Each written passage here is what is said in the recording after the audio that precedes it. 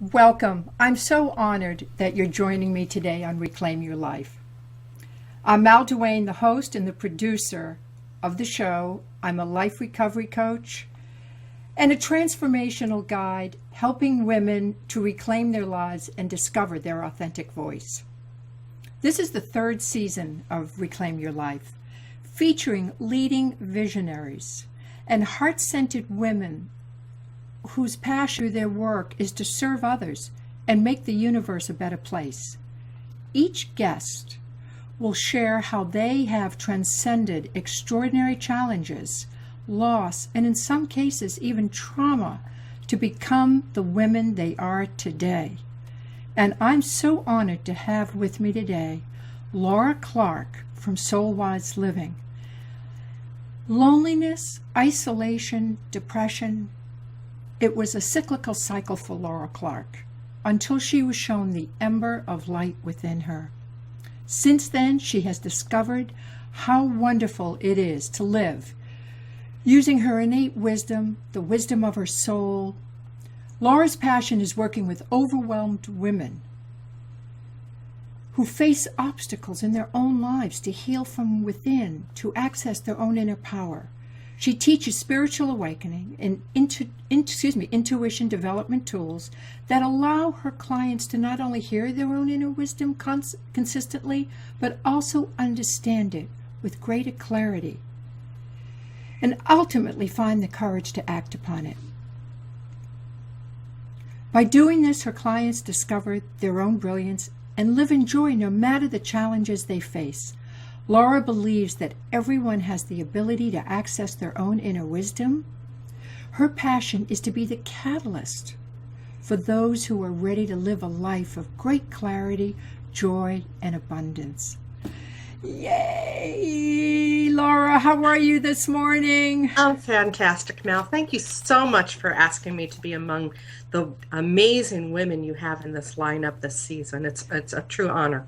Well, I'm so excited about working with all of them, and you're all huge shining lights out there doing such magnificent work. Mm-hmm. And I know that wisdom and all that you can give didn't come easily for any of us. Our wisdom came through challenge. The gifts that we have today, we got from our journey. And I'd love to have you share your challenges and how you discovered your light and the gifts that you now bring forth. Sure. You know, it's so many women have such amazing, challenging stories. I felt like my story was just kind of a normal one. And I do believe that it's normal in its abnormalcy.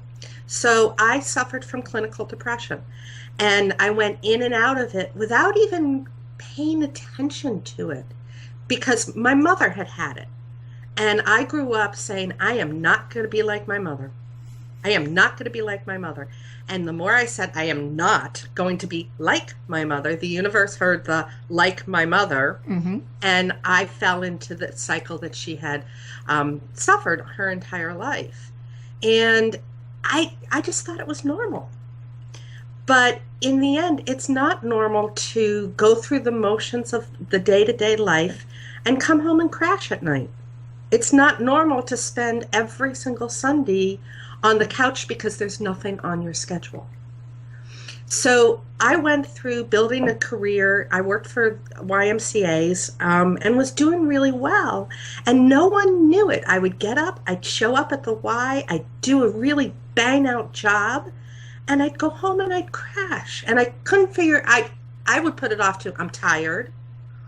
I don't have a social life because I'm burying myself in my work. Mm-hmm. So the more this cycle happened, the more isolated I became from who I was, and the more depressed I would get. And so the cycle, when I come out of it, would shorten itself. So I'd go into a depression, I'd come out, I'd be out for a while. But the more I did that, the longer the depressions worked on me, and the shorter the cycle of feeling pretty good was. So I was 35, and I was sitting on a counselor's couch because I finally said, you know what, I need a little support. So I have depression. I said that to myself. And my mom went to the counselor. So that's what I had to do because now I was like my mom. And he said to me one day after about 6 months of working together, he said, take a breath.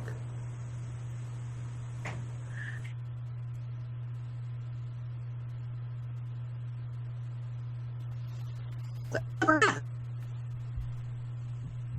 Oh, I mean, like breath. And I said to myself, okay. And I started hyperventilating because what I discovered was I was not breathing. I had not been breathing. I'd been breathing to live, but not breathing to enjoy life. And I call that my first spiritual breath.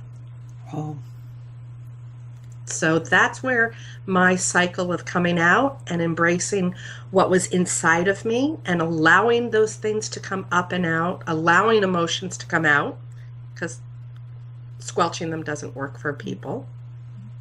Allowing my voice to begin to be heard instead of telling people what they wanted to hear. And I began to be Laura Clark. what were you suppressing? What do you think you were keeping deep down inside of you? Yeah, deep down inside, I was keeping myself from anybody else Why? because I was trying to be what I was told I should be. And what was growing that, up. Laura? I should be the good little girl, Oh, we've all heard that one. the good little girl. And I was a good little girl. I was told to get a job and wait for Mr. Right to come and then get the house with the 2-car garage and the white picket fence. And the job should be a teacher's job or secretarial work. YMCA was close to that. You know, that's kind of along that venue of service that women can provide. And I was following everybody else's ideas and suggestions and thoughts for where I should be in my life. And I wasn't listening to me. Why do so many of us have that same image that's painted I when we're know. little girls? That, be good, be quiet. Little girls are quiet. When you grow up, you're going to meet Prince Charming. Mm-hmm. You're going to live in that cute little house, as you said, with the picket fence. Yes. And nothing is further from the truth. That's not how it plays out. Yeah. It's funny when I don't have children, but I have nieces, and I would read them their nursery stories when they were 2, 3, and 4. And I would always say at the end where it said, and live happily ever after, I switched that for them because I was almost 30. I was past this beginning of thing. I said, and then they learned to listen to their own heart. Mm. And I think that that's what happens is that parents, they've got a tough job. And even now it's tougher than it was when you and I were growing up.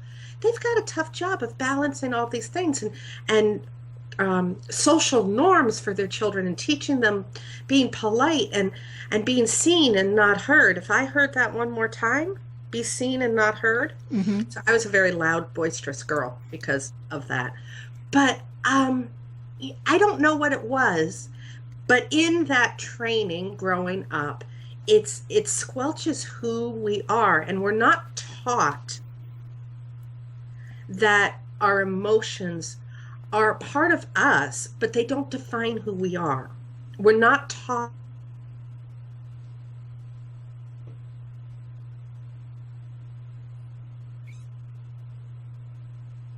their responsive thoughts to the billboard that woman is so beautiful and you're not.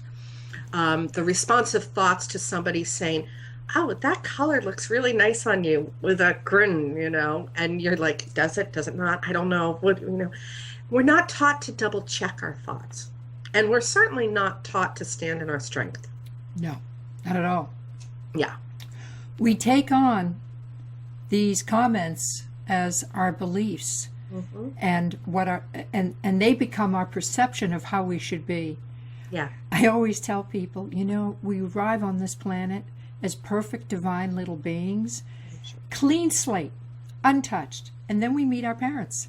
Now, our parents are wonderful people. I mean, I'm not saying something bad, but they have beliefs and truths that they were taught, that they took on as theirs, and now they're going to give those to us, and they become our beliefs, and then we grow up with these perceptions of how we should be, and they don't fit. The glove doesn't fit. And that's when the conflict starts, and that's when the withdrawal of, oh, I'm not right, I'm not good enough, I'm not living up to what I've been told I should be doing. And it's a slippery slope. Yeah. Very slippery. And that's where the choices, the non-great choices come from in our life. For me, it was a lot of ice cream and a lot of couch time. And that took me into depression. For other women, they get sexually active. For other women, it's alcohol or drugs. Me, alcohol. Yeah. Yeah. And it's in some ways only natural, because if something doesn't fit, we've got to figure out a way to get out of that. And back in my 20s and my 30s, nobody was talking about spiritual awakening. No one was talking about, I mean, meditation was something like, don't go there.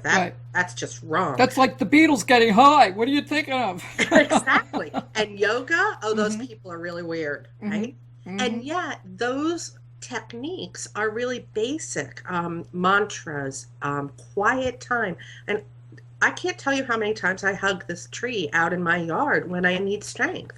I just go and I hug it, or I put my back up to it to say, please, universe, fill me with your strength so that I can get to the next thing. And I do. Because when you can embrace some simple, easy techniques every day, all throughout your life, you start saying, I am good. I am strong. I do have something to share with the world. I'm compassionate. I'm bright. I am a shining star. And regardless of the story, whether it's filled with trauma, drama, challenges, or like me, just somebody who just kind of checked out on the couch at night and weekends, every woman has a story. And every woman has a right to share that story with the world in a kind and compassionate way. And I think when we accept our story, our journey, and we don't judge it, and we're able to share it and stand up and tell it, it is so cathartic. It is so empowering, because that story is no longer the tail wagging the dog. Yeah. It just becomes part of your growth, part of the journey.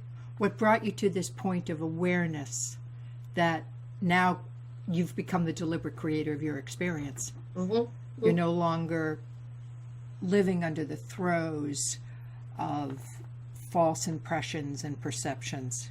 Yeah. Yeah. When you were going through your depression, did you have to do medication, or because it, I mean, it varies, different approaches. Yeah, I was really fortunate to have a very new age psychologist who sent me to a psychiatrist after a few sessions, realizing that it truly was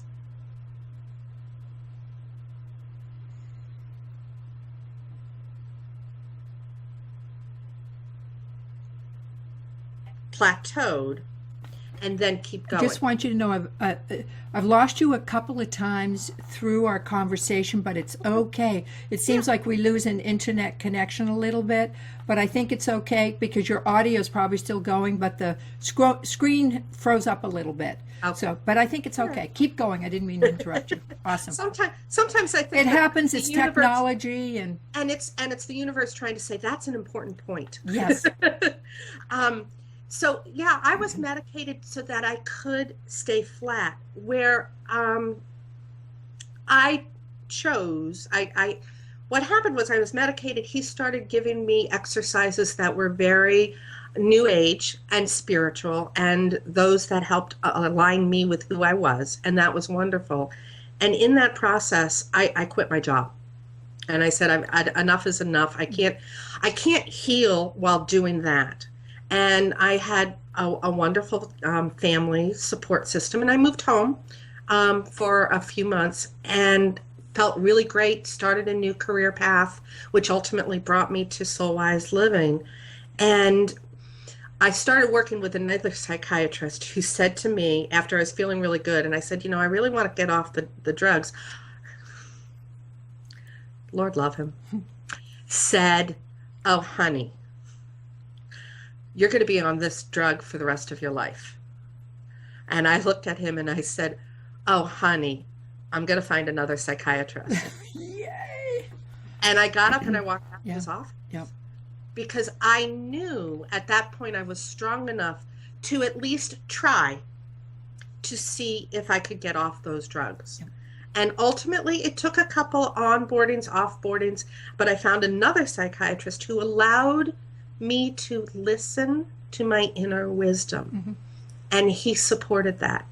And I've been psychiatry drug-free since 1999. Wonderful. So it was 5 years pretty much that I had those drugs in me. And that is part of my journey. And- I bless them for allowing me to flatten out my emotions so I could start hearing my inner wisdom. And the reason why I asked you that is because I know there's two schools. I know that some doctors will just prescribe that medicine and say, this is how you're going to live. And there are others that say, well, we'll try this for a while. Yeah. And then see what happens. Yeah. I know in my own case, I battled depression. I battled alcoholism. Yeah. And the doctor that I went to said, well, I think you need Xanax. Now, that's a great thing to give somebody that's drinking heavily. Because now I'm taking the Xanax and drinking. Hello, it's a miracle I'm alive. And no supervision over that Xanax. I mean, I was like jet propelled. So that's why I asked that question. I think that there's an element of overprescribing for women, and that's how they get into trouble. More and more young women are on medications that they probably never needed, just because it's so easy to write the script. Well, we want the quick fix in our life. We want to feel better now. And what I've learned in my journey is that I live in joy 90% of the time. And I have challenges. I've had some real challenges over this last year. And I've managed to live in joy. The other 10%, I get emotional. I may have an argument with somebody. But I catch myself much faster than I ever did before because I've gone through the healing process. And it is a process. It's a journey. And I can grab my tools. I have a tool chest and say, wait a minute. Me too. I'm yelling. That means I have to go find a timer and put 3 minutes on it. And I'll say, I'll be back in 3 minutes. And I put the timer on for 3 minutes and I just breathe. And I come back to the center of that discussion. Now it's a discussion, and I say, okay, I apologize for my reaction. Here is my truth. And then I can speak compassionately from my spirit rather than my emotions and my negative thinking. It's little tricks like that that empower my relationships, that allow me to stand firm in my beliefs and listen with great compassion to other people's challenges as well. Healing, So, I think, yeah, opens up our awareness. And that's what I'm hearing from you. You have become really aware of how Laura feels and responds. You're now aware. And when you're aware, you're able to maneuver and weave and bob through the minefields of life, which continue to happen. But now you use a different set of tools. Yeah. So powerful. And we have a choice. You can, if you're trying to reclaim your life, you can continue doing what you've done over and over and over again and get the same results, which is the definition of insanity. Or you can choose to look and search for new tools to align with who you are. And that may mean having the courage to stand up and say to your psychiatrist, I don't believe in what you're doing, and go find another avenue. Mm-hmm. And, psychiatry and medication, yes, it's overprescribed. I do believe times in people's lives it is necessary, mm-hmm. but it should absolutely be married with other therapies, yoga, meditation, talk therapy, retreats, reading, just finding ways to sit still and calm and listen to, begin to hear what your spirit's saying, what your heart is saying to you. Mm. Because ultimately that's where you, me, anybody gets in trouble, is that you've stopped listening to that spirit and that heart. Yes. And when you can, comes. That's where life begins. Mm. Oh, lost you a little bit. You're coming back. little drag in the internet connection. I know, Laura, in my own life that once I was willing to listen to that wisdom, that voice that was within my soul, my life changed like that. Yeah. Yeah. I just had to listen. That's all. Yeah. I was ready to die because I was so unhappy with my life and what was happening. And all I could hear was the craziness in my head. But when I was ready to step over that threshold and leave this planet, that's when that voice spoke up loud and clear, and I went, oh my God, what's that? What am I hearing? Yeah.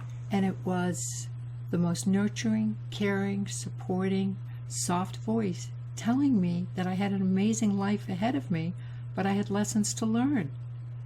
Yeah.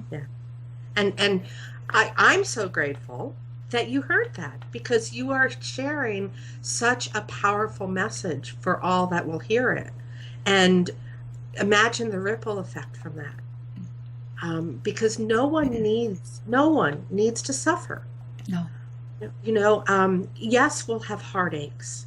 Yes, we'll have challenges, but that doesn't mean we choose suffering through them. Right. That means we say, this is part of our journey. What is the lesson in it? Go yell, scream at the universe, and I've done that. Why is this happening? And that is the absolute times when I stop and I say, oh, that's wrong. When we start asking, why is this happening? Because that then starts the downward cycle of questioning. Because there are times we will never know why. And that why questioning also creates the victim mentality. Absolutely. And when you can catch yourself asking that one question, why is this happening? And you say, wait a second, ours is not to question why. Ours is to figure out the lesson and the appropriate response and the actions to take, all while saying, okay, you think this is funny? I'll go along with it. I know this is part of my journey. I know this year that you had a significant challenge with an automobile accident and loss of a beloved pet in that accident and everything. And the power, I was following the posts and everything because I'm such an animal lover. Of you going back and searching for that dog and then ultimately finding that blessed animal. And when I had to put one of my dogs down 15 years ago, he lived to be 15 years old. It was in 2010. I grieved. I sobbed every day. The pain was excruciating. It's such a hard thing. And I watched you go through this with such grace, but no resistance, which I think is why you came out on the other side whole as quickly as you did, and now you have embraced 2 beautiful new puppies into your life to fill that hole in your heart. Yeah, it was a surreal experience. Mm-hmm. And that why question could have come up, and I don't believe I ever asked it in all those 8 days that I was searching and walking and looking.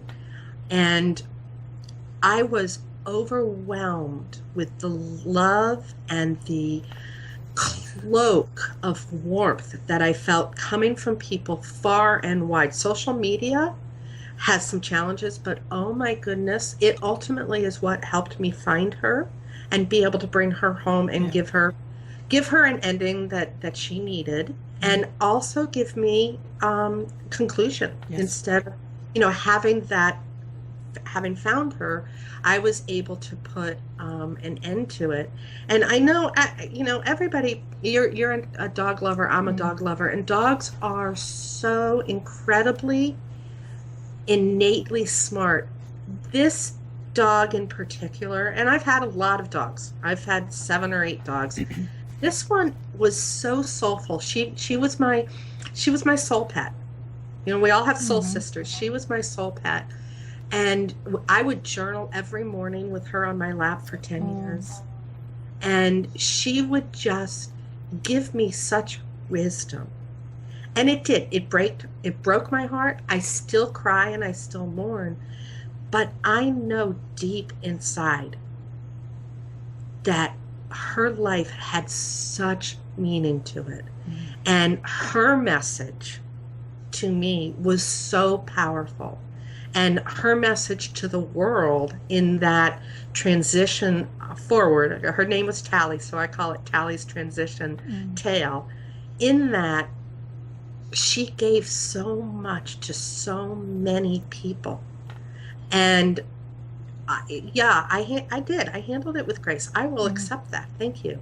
And being able to give that to those people who were hurting over this poor dog who was in a car accident, ran away, and ultimately lost her life. They were profoundly hurt, and my ability to stay detached from the outcome, but take courageous and consistent steps forward to the outcome, was what gave them hope and. Beautiful. You have an amazing free gift for our audience. You're going to be sharing your wisdom even further, and I'd love for you to tell a little bit about the gift and how people can reach you. Sure. Okay. My website is soulwiseliving.com, and you can go there and get lots of great information about how I help people spread joy. And my gift to everyone is how to maintain courage in the moments of self-doubt. And it is, having offered that gift for the last couple of years, it is exactly how I handled that situation with Tally's transition tale. I took those steps that I offer in that gift and I followed them to a T, and I was able to stay centered and courageous. And people think it's weird when I say this, but in joy during one of the most largest challenges of my life. So we go through in this courage creation kit that I offer how to calm the emotions, how to stop the negative thoughts, how to stay strong in our physical being so that we can raise our vibration and stand tall in spirit. Love it. Love it. You are wonderful, and I love what you're doing, and it's just a joy to have you in this conversation and sharing your wisdom that you learned on your journey. It's a gift that you're bringing to all of us. Thank you again so much for being part of Reclaim Your Life, Laura. Oh, thank you so much for allowing me to share my story. If it helps just one person, It's helped a ripple effect. You've helped Thank many. you so much. Namaste.